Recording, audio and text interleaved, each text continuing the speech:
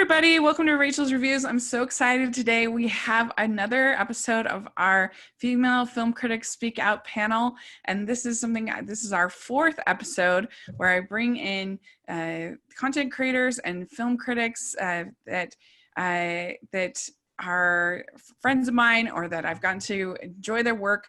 And I'm so excited to get to talk to them and hear about their experiences. And so today I have a very special panel, and let's start with Jess Lambert is here. Hi. Yes, and Wendy Szany is here. Hi, everyone. Yes, and Courtney Howard is here. Hi, everybody. Yes, so exciting to have you all with us. And what I'd like for each of you to do is start out and introduce our audience to yourself and tell us how you became a YouTuber or critic. So Jess, why don't you start? Okay. I'm Jess, and I have a YouTube channel with a series where I'm watching every Disney movie ever made. I started in 2016. I decided I wanted to watch every Disney movie ever. And my mother actually said, well, why don't you document the process on YouTube? And I thought that was an awesome idea. And here we are 4 years later, 400 movies later, still going strong. Amazing. So where are you at now?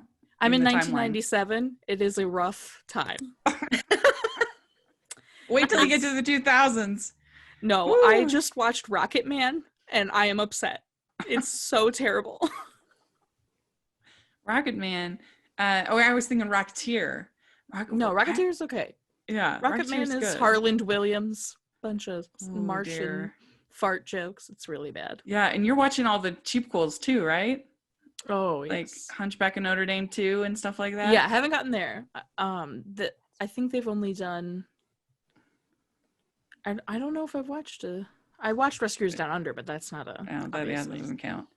Yeah, I think Return of Jafar has got to be coming up. Return of Jafar, those are the ones I've watched. Aladdin, Return of Jafar, and Aladdin, King of Thieves are the two. Oh my gosh, yeah, you're a trooper there. What about you, Wendy Lee? I also have a YouTube channel that I run with my husband, and we talk about movies, we talk about TV shows, we do a lot of trailer reactions and reviews on there, and a couple of other non-movie related things just to mix it up. And you may have also seen me on Collider. I was most recently on Nerdist News Talks Back, and on season 1 and season 3 of You Know That Scene by Focus Features. Mm-hmm. So how did you end up in sort of movie punditry, movie talk space? Were you originally planning on becoming an actress, or what was your career trajectory? You know that TikTok where they kind of like do the word and then they point down and it's kind of like a straight line. It's like, this is the direction and the route you'll go. And then the other one, it's kind of like, this is the direction to this go, but you're going to go like this. Yeah, That's me. I came out to LA from Florida with the intent to be in the entertainment industry, mostly being an actor, being on camera. And it just kind of, being in LA really opened my eyes to there's more ways than being an actor to be a part of the entertainment industry. There is scripted, there's unscripted, there's film critics, there's film reviewers, there's YouTube, so you can be a content creator. And I just kind of looked at it and I said, yes, okay. So I've always been partial to movies. I love film, I love theater. So it was kind of natural, like that was just my thing. Like love going to movies with friends, with family, and my husband and I love movies. And at the time this is like 2015, 2014, maybe, or even earlier. He was obsessed with AMC Movie Talk, which then later evolved into Collider Movie Talk. And they actually had a position open just to do like just minimal stuff. Like it was not on camera. The position never promised to be on camera. And he's like, you should apply. And I was like, all right. And I humored him and I did it. And I think it was 4 or 5 interviews later, because I had to go and meet various people on the team as well because of scheduling. So it was just a lot of interviews. Ended up getting the job and just kind of evolved. And then, he got to be involved in more behind the scenes stuff as well as in front of the camera stuff. And that kind of, and before that, and I always forget to mention this, we were inspired to start our own YouTube channel because of the Movie News show. We found that really interesting that at the time just people would, be on YouTube and talk about movies. And we're like, well, why don't we try it? We're passionate about movies. So we just kind of tried it, and the channel has evolved with us, and it still will, you know, as we continue with it. That's great. That's great. Well, Courtney, what about you? How did you become a film critic? I started sort of in a roundabout way. I've always loved movies. I always watched them since I was little. The first movie that I really remember loving is E.T. Mm-hmm. And sort of probably around high school, I thought I wanted to be a director and be on the production side. And so I went to school. I went to film school, and I thought I was going to I sort of transferred my dreams into maybe assistant directing, which is more producerial stuff, more scheduling, very less glamorous and creative than like being a director. And then I started to realize that's a lot of time and hours and effort spent into production work, and I would have no life. And so I was like, I don't really think I want to do that. And I was bouncing around between sort of assistant work here and there. I had interned at a production company for Deborah Hill for a while, and sort of got to see how a producer works. And I had studied film theory in college too. So I have all of that background, and along the way, like I was doing random assistant work in like a mergers and acquisitions firm and also an editing firm. And all along the way, people were telling me, you should really write about movies. You talk so eloquent, like you might not be able to tell now, but you talk so eloquently about movies, and we're interested in what you're talking about. And so I was like, I don't really want to do that. Like this was at the beginning of the whole blogosphere, like, you know, first showing and ain't it cool and all that stuff. And I was like, I don't really want to do that sort of thing. And probably it wasn't until like many years later where when I joined Twitter, and the one good thing that's come out of Twitter, an editor from a site had started following me, and he said, I really like your voice online. I think you should write about film. And I was sort of caught up in this year of saying yes to things and sort of taking on more of an adventure. And I was like, okay, I'll try it for a year. And if I don't like it, then, you know, I can just move on. And I really liked it. And I started out just writing news sort of features, and then, you know, transitioning into film criticism. And, you know, it just sort of snowballed from there. And that site is now defunct, but as are a few sites that I used to write for, but it's been fun. And I've learned a lot. I still love movies, still love talking about movies. I now write for freshfiction.tv, and I'm a freelancer. So I've been freelancing for Variety, which has been really great. And sort of feel like I found my community of people who love cinema and love talking about cinema and the power of it and everything. So that's great. That's a great story. And that's like my dream. Someone find me on Twitter, and that's a freelancer's dream. That's great. I love that. Well, so what I want to ask each of you is, starting with Jess, what do you think that women add to the world of criticism and YouTube, and why do you think our perspective is necessary? Okay. I think it's incredibly important to have different viewpoints, period. Like through anything, like film, cinema aside, in any aspect of life, I think to have different viewpoints and ideas and contributions from women, men, different races, different cultures, I think is incredibly important. That's what and bringing it into film is such a collaborative process. And I also went to film school and wanted to be a director. So what I loved so much about it was I might not have the best idea. I can have a driving force, but someone might come up to me and be like, well, what if you did this? And I'd be like, I didn't even think of that. Like, this is why having different voices and different people that can contribute is such a big deal. So then bringing it into film criticism, if you only have one certain kind of person reviewing films, there's only going to be one opinion, and that's going to shape the films that are being made. So if you only have straight white men reviewing films. What they like is what's going to get made, where if you start bringing in more diverse voices, they're going to have ideas and opinions that will influence what we see, and that's going to influence people and help shape their opinions and open their minds. So I think it's incredibly important that we have female film critics of all walks of life, age, race, all of it, because they will help shape what gets shown to younger generations so they can have a more well-rounded view of everything. Yeah, I agree. What do you think, Wendy Lee, about that? I mean, I think Jess said it perfectly. And just to add on, I think also what's important is different experiences. So for a lot of people, film is entertainment and it's also escape. It's also a way to kind of see somehow this particular story, how you connect to it because you walk the same path or it's parallel to you.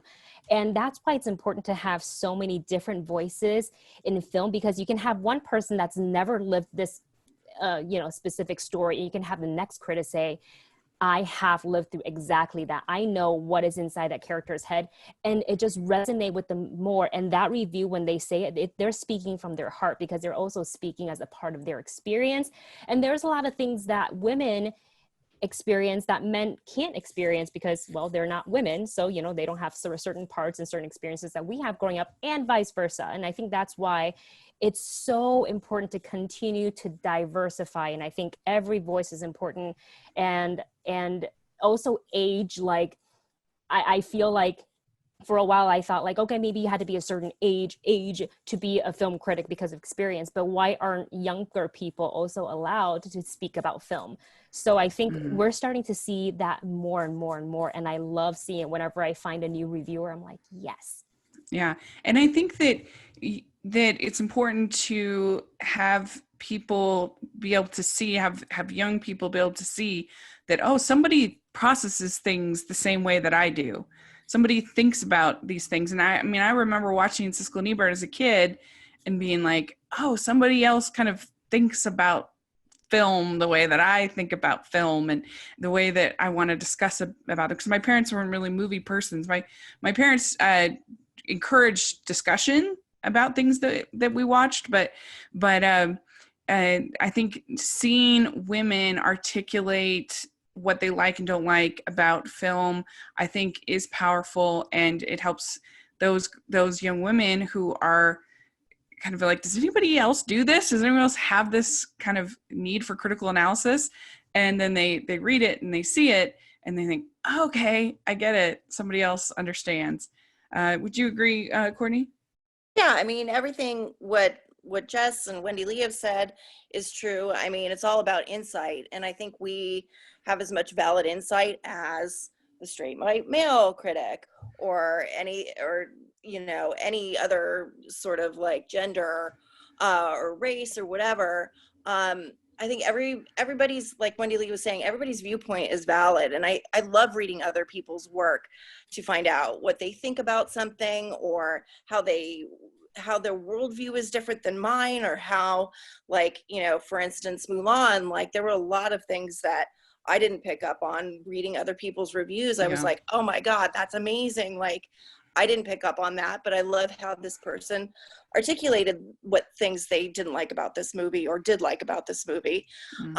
So I think we all have valid insights into it. And I think it's much like film criticism isn't homogenous. Like, it shouldn't be homogenous. It really does need to be diversified. And like, if we only have one voice guiding the conversation, God, what a boring world that is. Yeah. Now, Wendy, since you do your reviews with your husband, how is that like? Do you find that you typically agree on a film, or do you disagree a lot? And what's that like when you do disagree? It's actually really interesting. So it depends, because we're very similar. So there's a lot of things that we agree on, but there's other things that, well, we'll take Lion King for an example, because that's the one that we really we're on opposite ends of the film. So and I'm talking about Lion King, the live action, right, realistic version of it. Yeah, exactly, Jess. Have strong opinions. So I went into this movie wanting to see literally a shot by shot replica of the animated because I loved it so much, and that's what I got, and I was okay with it. And he didn't agree with it because he said, well, this is, you know, the live action, why didn't they do something? And I know they made little tiny tweaks here and there, but for the most part it is you know, very much like a mirrored image of the animated, all the way down to even somehow the lines were performed, even though they're performed by different people. So we just had a nice, it never gets heated because we are at the end of the day talking about a movie. Movies are fun, movies are entertainment, movies are an escape. But it's also always so fun when we do disagree, where he'll point out a couple of things that I didn't really think about, and it makes you go, huh. And then all of a sudden our video is like 20 minutes long, and I'm sitting in edit thinking how I can cut this down because nobody's going to watch a 20-minute review on the live action Lion King for 20 minutes. But that's always the best part about having counter opinions, that you can, one, respect each other for, you know, having opposite views, and two, it opens up so much more discussion. And then that kind of lets the audience know when you're having a nice discussion, going, oh, I can talk about this movie without jumping over each other and all that stuff. So I actually enjoy it more when we have opposing reviews of movies. Yeah, that would be a very interesting experience. But I mean, I think it shows maybe a strong marriage that you can have those kind of discussions, and you know, and it's fine. Like, that's good. You should support each other. But and Courtney, I think you're married, right? Yeah. And I don't, my husband and I don't agree a lot on movies. Like, I like really, really weird shit. And like, can I swear on this? No. I just did. Yeah, you're fine. So I like really weird stuff, like esoteric stuff, like really like sort of non-narrative type things. And he's very much about structure and regimen, and he's a screenwriter, so that's where he's coming from. So he likes a lot of structure to things, but you know, of course he does like innovation and things, but there's a lot of things we don't agree on. And like Wendy was saying, it makes it more interesting to hear his perspective, and mixed with mine. But you know, of course I just write from my perspective, and sort of address some of the issues or whatever, or to start thinking about things in a different way. But there's a lot of stuff we don't agree on. Like, I love the movie Drive. My husband hates the movie Drive, like really hates it. I don't know how we're still married, but we are. Yeah, my friend Jen is kind of my movie spouse. You know, we'd go to all the screenings together, and yeah, we'd have these great discussions together after. Particularly, I remember Long Shot. I think that's what it was called. The one with Charlize Theron. That was one that we hashed it out after of what we thought about different things, and just recently with Words on Bathroom Walls, it was the first time we had been back in the theater for a new movie like that, and we had one of our hash out sessions after the movie, and I was just like, I missed this so much. And so it felt so good to be back. But yeah, no, I love that because she pushes me, I think, to be sometimes more confident in my opinion. Because I'll be like, I don't know, there were some good things, I liked that, and she's like, I don't know, what do you really think? What do you think? Which I appreciate a lot, because I think those conversations are good to have with our colleagues. Yeah. And I do miss that after movies, not, you know, not just standing around after and, you know, kibitzing about the movie, but just like, you know, I usually carpool with a friend of mine, and we have conversations in the car on the way home. And, you know, sometimes he doesn't like the stuff, you know, we're pointing out things to each other, and it's like, I miss that. I miss having that like repartee with our colleagues and talking about films in that sort of heightened way. Yeah. So just how have you handled this whole quarantine experience? How has that impacted you? And have you been binge watching anything, or what's that been like? It's, you know, different. I feel very lucky that like my main thing that I do from home, so it didn't really affect that, which I know there have been so many people affected severely by it. So I feel very lucky that my YouTube channel is obviously from my house, so like that hasn't changed or been affected in any way. But my brother is like my movie spouse, which sounds weird because it's my brother, so let's maybe not do spouse, but that's like the only thing my brother will do. My brother goes out to movies. Like he doesn't like doing anything else. So not having like to be able to go to the movie theater and everything, because we have very few movie theaters open in the northwest suburbs of Chicago. And so we really haven't been to a movie since, I think the last movie we saw in theaters was Onward. We saw Onward, and just before that, Birds of Prey. So we haven't been in the movie theater since, and I know he's dying because it's like the only thing he really likes doing. And it's been weird because like he works from home as well. So, but he's a writer. He's a sports writer.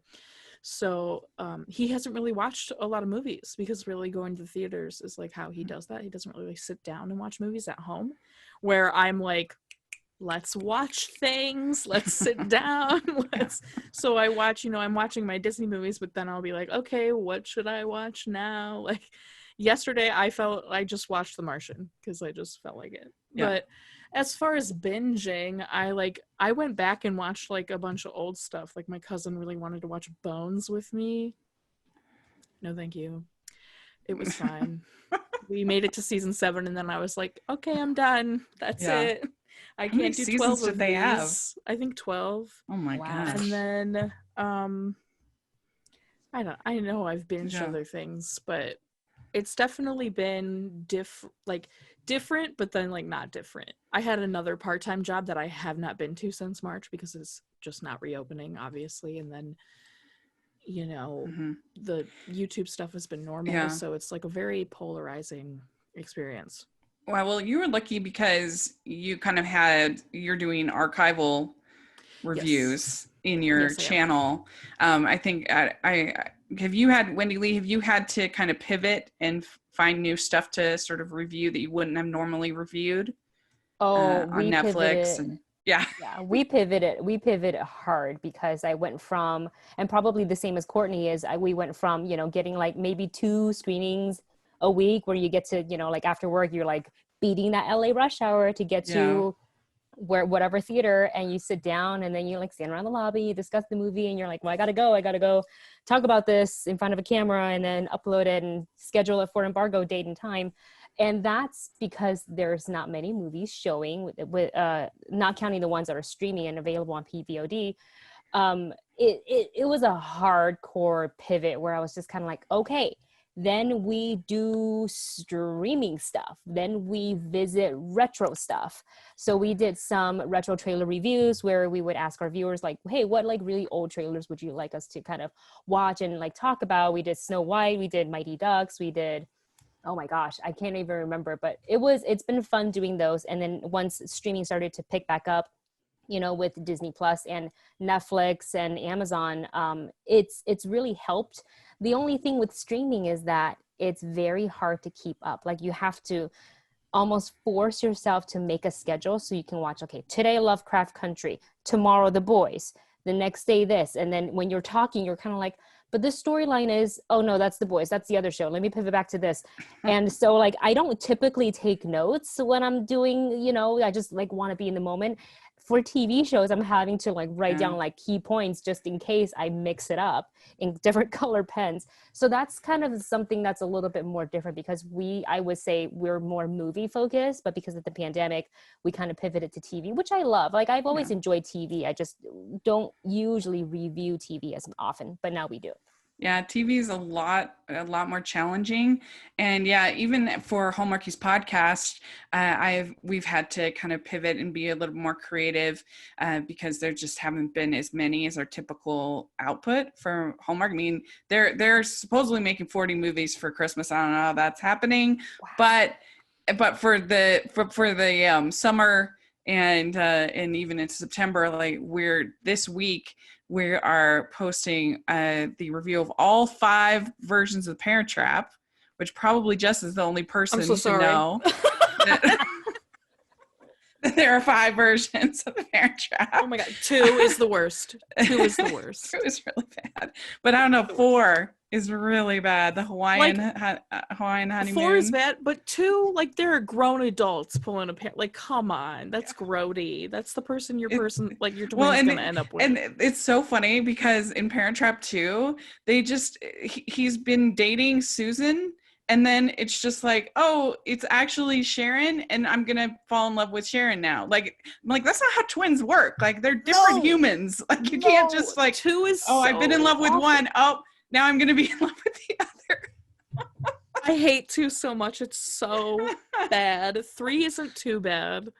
And 4 is just 4 is really 4 bad. is whatever 4 is. At least it's not gross like but 2. it was really fun though, and so it has, you know, kind of forced all of us out of our comfort zone a little bit and trying to be more creative. I am later on in the month, I'm going to be doing an episode on K-dramas. Yes. With my Which friends ones? over it's on Netflix. The book is something about a book, I forget. But anyway, with my friends at K-pop Converters that are YouTubers. And so just trying to kind of branch out and do more creative things. And so then that way it's been fun. I don't know, have you felt, Courtney, about kind of reviewing more streaming stuff and all of the, I don't know, just the changes the last couple of months? It's been a little different. It's definitely slowed down a lot, work level wise. And I'm sort of torn between this, like, I don't know about you, how you guys feel, but I feel guilty having, like, not really time off, but time to think about things of like, what can I do next? Yeah. And like, or should I just like relax and have this time to myself and sort of like save it up? Because I know I'm going to be busy once this town starts getting going again. And then I'm going to be freaking exhausted and never see my husband at nighttime for like 5 nights in a row. I need to just relax and like live in this moment. So that's more of the stuff I've been struggling with, more of the esoteric stuff, not really the content output, because it sort of is what it is. But it is hard to keep up with that because there's so much that's streaming now. I'm not really doing TV stuff. I mean, I'm watching television. Like I'm watching Lovecraft Country and the sex cult documentary on HBO, The Vow. That's really good. But I'm not writing about that stuff. That's sort of just the TV stuff is my me time. Sounds so old when I say me time. I should have like Dove chocolates and eat them at the same time. But it's hard to keep up with all the streaming because there's so much that's always being put out by Netflix, by Prime Video, from all the different streamers, HBO Max, and sort of keeping up with that is kind of difficult. But my editors are pretty good where they're not like demanding this stuff or anything like that. There's also like New York film, a lot of the film festivals are going virtual, and so I think that's also changing how like I'm getting my freelance assignments and or not getting my freelance assignments. So that's sort of, I mean, it's just different. So I'm trying to more enjoy the time off versus like stress about, oh, I've got to get all this stuff, but I also don't own the sites that I'm writing for. So I'm sort of at a different place than everybody else is. Well, it's weird because I feel like I've actually had less time because I've been covering some television, like The Babysitter's Club, or series, things like that.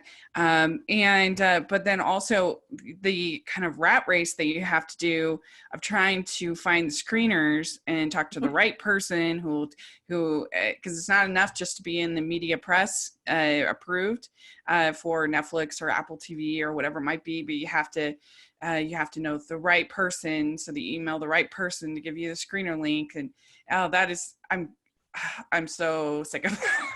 So tired of it.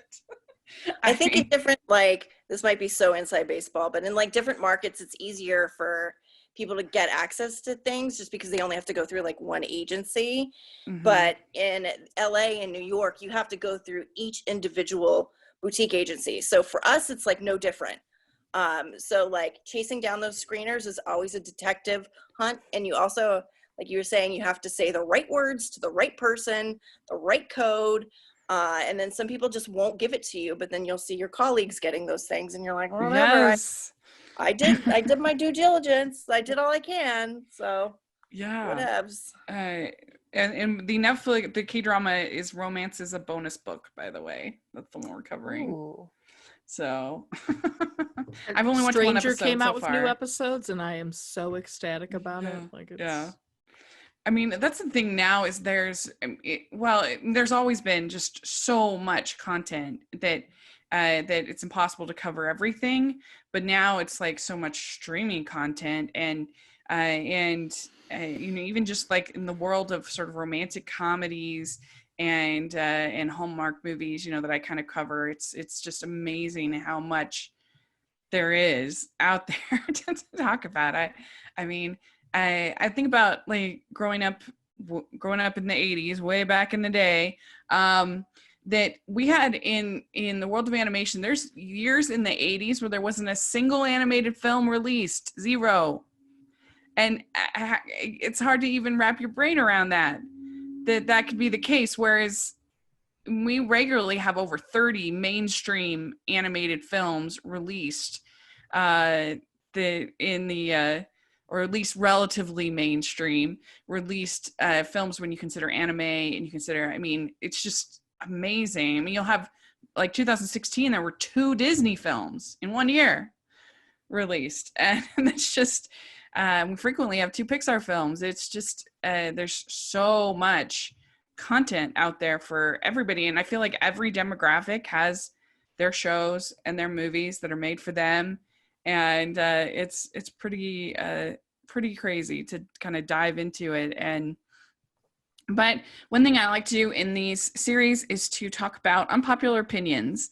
So I asked each of you to kind of have in mind a review that you did that was not popular, and what that experience was like, if you got any trolling, how you dealt with that. Jess, what did you have in mind? Okay, so as you've said, I'm like kind of doing retroactively, so Mm-hmm. I'm not doing all these like new movies as they're coming out. I have done old movies. So my most disliked review is for a movie called Nicky Wild Dog of the North. What is that? And it's about like a husky-ish wolf type dog, Yeah. who basically just like gets abused the entire movie. And like they're, you know, I didn't like it. I didn't like the movie, and I kind of went hard on it. Like I pretty much bashed the movie into the ground. And do people who stand Nicky Wild Dog of the North hate me for it? Stand for like violence against animals. This is what I'm saying. So they just like, they think was like a bigger, and I'm thinking of going back and watching the movie now, because it's been like 4 years since I watched that movie, and seeing if like I was too hard on it. But there was one person who commented on this video throughout the day and like kept editing their comment like 8 times or something, and like it was the same comment, they just like kept editing it, and I get notified every time they do this, and I was just like, I'm sorry, like why? Like I was just my opinion. I don't like the movie. I hated watching the dog get beat. Like so I definitely have a lot of people, like it has so many dislikes. I have a ton of people comment on that, being like, you're so stupid. This is like, there's so much more to this movie, and just it's a heavy unpopular opinion for Nicky Wild Dog of the North fans. Yeah, it can be so random. One that I have like that is my review that I did like 4 years ago of the movie Rango, which was I'm not a big fan of. I really like it. And I tried my best to explain it. I mean, I think I'm a better writer now than I was then, so I would do a better job now. 100% same. But still, it never fails that every couple weeks I get an angry, "You're a terrible writer. You have no taste in movies," because of my review of Rango. I'm like, I didn't even know this movie had such fans. Like, what is happening? Yeah. But I guess it won an Oscar, so you know. And that's why I say, I'm like, if you like it, that's great. I just didn't like it. What about you, Wendy Lee? What's one that you guys had that was? I feel like living in the YouTube world, it's just a 50-50 shot. You can like something, and I don't ever review a movie and be like, how is the audience going to take my opinion? Like, I don't ever go from that approach, because I think that's the wrong one. Like, I'm talking about the movie, how the movie was for me, right? Same as all of you. So it's like, I'm not trying to please anybody, like by stating an opinion. It's just my opinion. And it wasn't even, here's the funny thing, it wasn't even a full-fledged movie review. It was a movie trailer. Oh, it was a movie trailer. It was the very first trailer for Joker. Mm-hmm. And the funny thing is that the second trailer came out, we watched it and we loved it. We watched the movie. I loved it. I really, really enjoyed it. I haven't been able to watch it a second time because it is a bit of an emotional and tough watch for me specifically, since it dealt so much with like mental health and bullying and all this stuff, that I like sobbed at the end of the movie, sitting in the theater where the attendant was like, is she okay? And she's going to be fine. Just give her 60 seconds and we'll get out of your way so you can clean. So sorry. But for the first trailer, there was just something about the beat for this trailer. Nothing about his performance, nothing about the visuals, nothing about that. Yeah. It was just certain specific beat didn't resonate with me. It didn't excite me to see a Joker movie. And also I was coming from, at that time, just hearing that they were going to make a Joker movie, I was kind of like, but do we really need an origin story for the Joker? A lot of the times I don't feel like we need an origin story for a villain. And this goes for any villain, not just the Joker. So I'm not pointing him out. I'm just using Joker as an example, because we love these characters the way they are, the way they have been portrayed in comics or past movies. And sometimes it's like, I already like them where they are in these stories. I don't necessarily feel like I need to go all the way back, to see it. So when I first saw the trailer, that's kind of where my mindset was like, it's like, but what if, I think I was kind of worried that seeing this movie would change the way I view the Joker, the character that I know. I was worried about they would over explain too much about his origin. And I would be like, okay, this is so unnecessary, but why? And then now I'm always going to have this in the back of my mind when I watch any future Batman films that feature Joker. Luckily, that is not the case. I absolutely love the movie, but oh my God, the downvote versus the upvote. I think it was like over 1,000 dislikes to maybe 700 likes, and it was just everybody yelling, and you don't know anything about, you guys must love Marvel, and they go on my Instagram and they see, like, oh, you were at this event and it was a Disney event, and and like, oh, you're bought, how is that paycheck from Mickey Mouse? I'm like, they don't do that. Literally nobody do that. And then also at the same token, if I talk really great about a DC movie, they're like, oh, you don't know anything, it wouldn't be like that. I'm like, what? I don't know what you want from me. I say I like it, I say I don't like it, I can't please you. The trailer reactions are so funny because they don't really want your reaction. They want you to just have the same reaction as them. Yeah. They just want you to parrot back their reaction. And so I'm like, recently for the not this last Wonder Woman, but the Wonder Woman trailer before that, I was like, I don't know. I mean, I still didn't love this last one. I'm really excited about the movie. Because I loved the first movie. But I'm like, I really am nervous about bringing Steve Trevor back and how they're going to handle it, which I think is a totally valid concern, right? To have. And there were so many people who were like, you're going in deciding you're going to hate this movie. And I'm like, what are you talking about? I love the first one. Why on earth would I do that? And surprise, you can hate a trailer and still love the movie. That's right. Vice versa, unfortunately. Yeah. Yes. Yeah. Courtney, what about you? What's an unpopular opinion that you got a lot of flack for? I had to think about this one a lot because I try not to read the comments section. And this year especially, I made it my New Year's resolution very much not to read the comments section because nothing ever comes of it.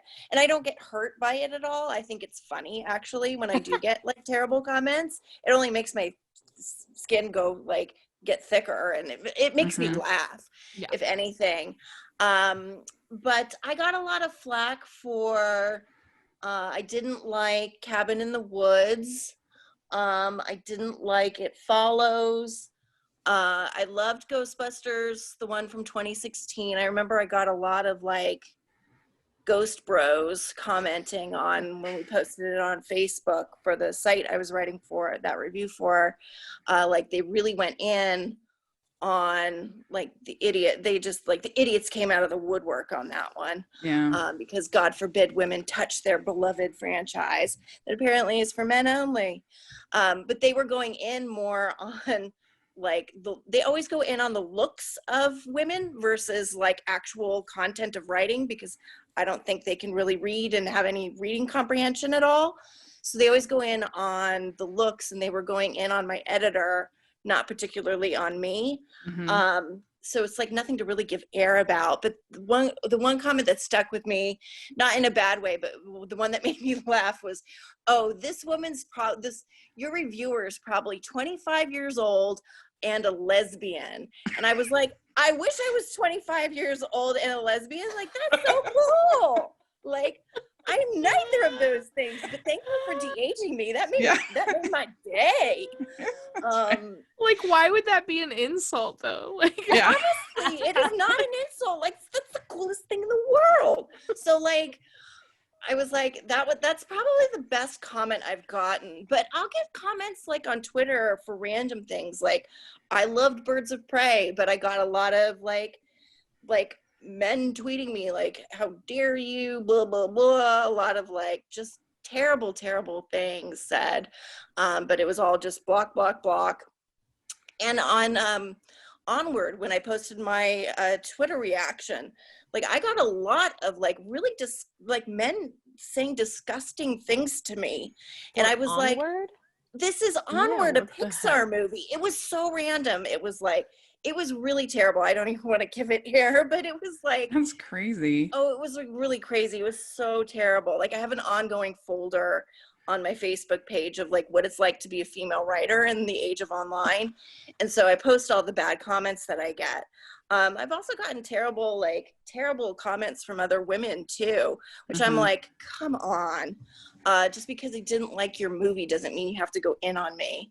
So I've gotten that too, but I think probably the Ghostbusters thing and the Onward Twitter reaction are the worst things that I've ever gotten. But Onward I liked, and I posted a positive tweet, and I got hate for it, and it was like, I don't know what you people want from me, but I'm not giving it to you, and just tough shit. Yeah. I mean, it's like you can't win with these people, because if you like it, then you're you're paid sheep, whatever. If you don't like it, then you're biased and you never gave it a chance, especially with comic book movies. And I mean, I really put off watching Birds of Prey because it came out during Sundance, so I was super busy anyway. And I didn't have a publication that I had to review it for. So I was just like, I'd had such a horrible experience with Shazam the year before that I was just like, I'm going to pass on that for now. But I finally did review it, and I finally posted my review, and everything, it was enough of a space that it was fine. But, it's just funny because if I like a DC movie, I'm liking the wrong DC movies. Those ones aren't okay to like. Like I liked Justice League, which nobody likes. I thought it was fun. I recognize it's not like a good movie, but I had fun with it. And then I liked Wonder Woman. I loved Wonder Woman, and then I liked Birds of Prey. So, but I guess that doesn't give me any credibility in the minds of those fans. Because it's really funny too, because some of the Snyder fans now have turned against Shazam now that they've gotten the cut or whatever.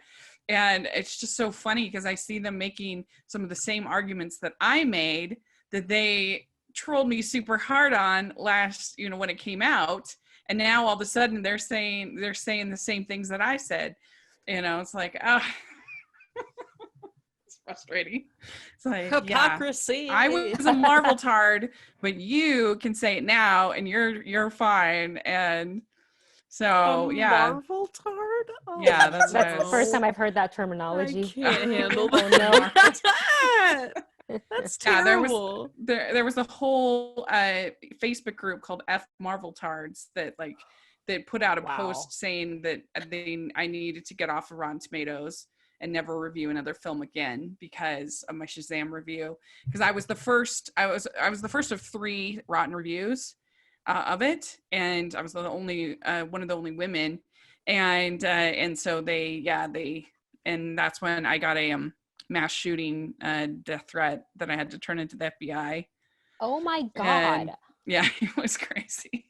Yeah, saying that if I ever went to another screening again, he was going to come with an A45 and was going to kill everybody. And so, yeah, they had to tell Warner Brothers, and they had to give me an escort to every screening that I went to and from. It was nuts. I'm so sorry you had to deal with that. Wow. Wow, I hate everything. Wow. Yeah. And I tried to I mean, I thought that I had pretty thick skin because I'd been creating content for a decade. I thought I could handle anything. And then that really threw me. Wow. To have my family threatened, to have, my friends, fellow critics, just because I didn't hate it. I just couldn't go fresh on it. I had some positives that I said, but in the world of Rotten Tomatoes, if you don't go fresh, then that's all that matters. That's all that matters. I just don't understand this world of this movie still exists for people to love and to love independently on their own, no matter what our opinions are. They can still love the movie. We haven't taken the movie away from them. We haven't said, you'll never watch this movie if it's up to us. Never have we said anything like that. The movie still exists. They can still love it on their own. What's it to them? How does it impact their life? It doesn't. Also, it's a movie. Yeah. Pump the brakes, my dude. It's a movie. Relax. Yeah. It's not like I said I hate your family. I said I didn't like this movie very much, but it's okay. Mm-hmm. God. My goodness. And I'm so sorry you had to deal with that. That's horrifying. That's legitimately disgusting. concerning. Well, it's been very therapeutic to do these panels and to hear everybody else's stories. And I mean, because I know Christy Lemire, she had a really bad because of her review for Dark Knight Rises, and Mara Reinstein for Aquaman. She got death threats from it. And it's just Daniel Solzman for Joker. She had to warn her family, and because she was getting so many, she had to go all private, and she's getting so much hate. And you're just it's just crazy. And I just think that what has happened is that people have created, and it's not just a movie studio, it's their tribe, it's their identity. And so if you are critical of something that's part of their tribe, and then you are criticizing who they are, and it's almost akin to criticizing their religion or something like that, and maybe even worse. And I think we had this in sports for a long time with, this is my team, this is who I am. But the thing about sports is sports has clear winners and losers. So you can criticize it and be like, well, they lost, so whereas with movies, you don't have a clear winner and loser. So there's nothing that, so it just becomes super toxic. Yeah. I mean, I know a lot of people had that with Last Jedi, too. That a lot of people who, I mean, I didn't care for The Last Jedi, but I feel like it was just super toxic on both sides. No matter, there was no opinion you could have on that movie. Yeah. Either way. Yeah. Yeah. And I think Joker is another one that was very polarizing, toxic, for sure. Polarizing. You're lucky, Jess, that you don't have. I mean, I definitely still get mean. People have told me trigger warning to kill myself. So I've definitely had that, and obviously I get the you're fat, you're ugly, you get all that all the time. They go straight for the for the looks. Yeah. Like, oh no. Like, yeah. Mhm. That always makes me laugh. I'm like, are you kidding me right now? Do you think that that's going to hurt my feelings? You think also, do you think I'm unaware? Yeah. Like, Right. Thank you for telling me. I had no idea. Yeah, I agree. I just think that's funny. Yeah. Have you had any of the like big name Disney movies that you didn't like any of the Renaissance or something like that? So I definitely have Disney movies I don't. So Peter Pan, I don't like Peter Pan. I gave it a pretty okay review, but I don't like Peter Pan. I'm not a fan.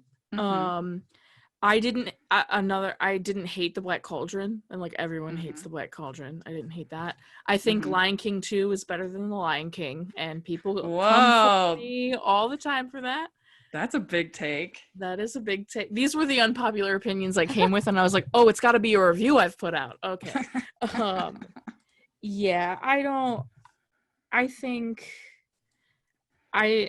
Beauty and the Beast is overrated. I love Beauty and the Beast, but I think people go a bit hard for Beauty and the Beast when, there's some issues in that film. Yeah. But I can see that. Well, let's real quick before we go, I wanted to give each of you a chance to talk about a review or a video or whatever that you're really proud of, that you really love. And so for me, one of my favorites was my review I did of Song of the Sea, which is an animated film that I love, by director Tom Moore. And I actually got to interview Tom Moore. This was years later. And after I finished the review, I had cried in the review because it was the first time I'd ever cried on my YouTube channel. And because my cousin had passed away, and her little boy had spoken at her funeral, and the movie is all about a little boy dealing with the loss of his mother. And so it really hit me personally when I watched Song of the Sea. And so I recorded my review, and it's actually a really, like, the quality and everything is really bad. You can barely hear what I'm saying. It's not technically a great review, but the heart was there. And I guess they found it and they passed it kind of around the studio there. It's at Cartoon Salon there in Ireland, and everybody watched my review and really liked it, and that made me feel so good. And just to encourage these small animators who are making these films, that it was really cool. And then to get to talk to him and hear him tell me that my review meant something to him as the director, that was just such a cool experience. So that's definitely one of my favorites. But what about you, Wendy Lee? I would say the review I'm most proud of, I was going to say Wonder Woman because I love that movie so much, and I just had so much fun talking about that review. But I actually decided to talk about, it was the very first movie review we put up on the Movie Couple channel, and that was for The Amazing Spider-Man 2. And just, I think the kind of anxiety we had and being nervous about sitting down in front of a camera to kind of give our opinions to a camera. And, it was just like, it felt awkward, but we also felt a sense of accomplishment after having done that. And then kind of watching it back and see what kind of like a just janky setup we had then. I think we filmed it on like a phone.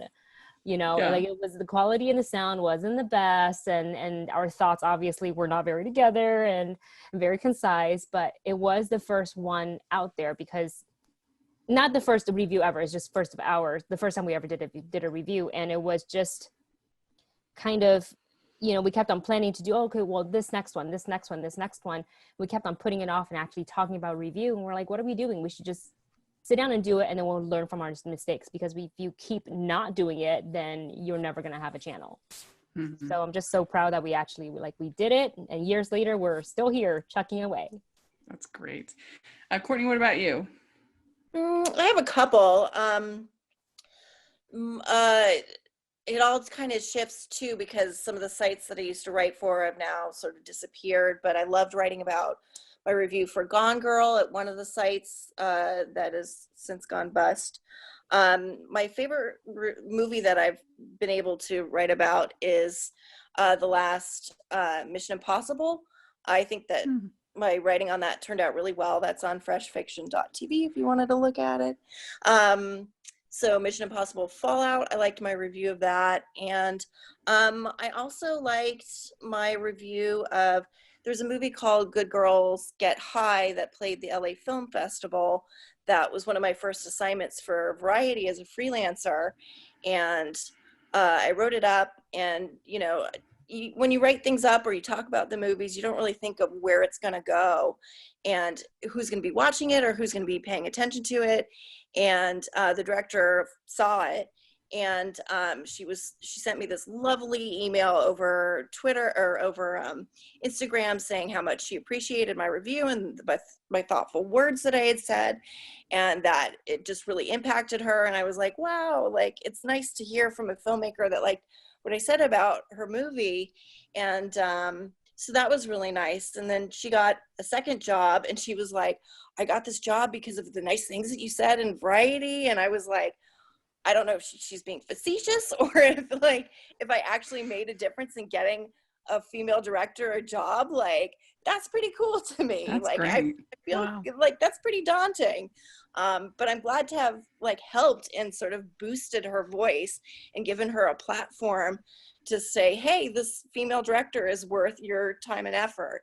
So those are the two big reviews that I think have sort of impacted me and sort of shifted the way I've written and gotten people's attention. So love that. That's great. What about you, Jess? What's one that you love? So probably one that I'm most proud of, like technically speaking, and like everything just like hit the right mark, is my review for The Little Mermaid. It was my 300th. It was the 3-year anniversary of me doing it.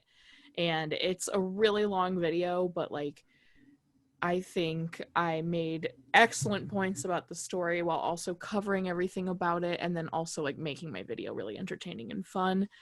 And people received it well. People really liked my video for that, and I really love that. But a review that I never like thought I would be proud of, like I was just like, yep, here's the review for this one, is a film called Tiger Town.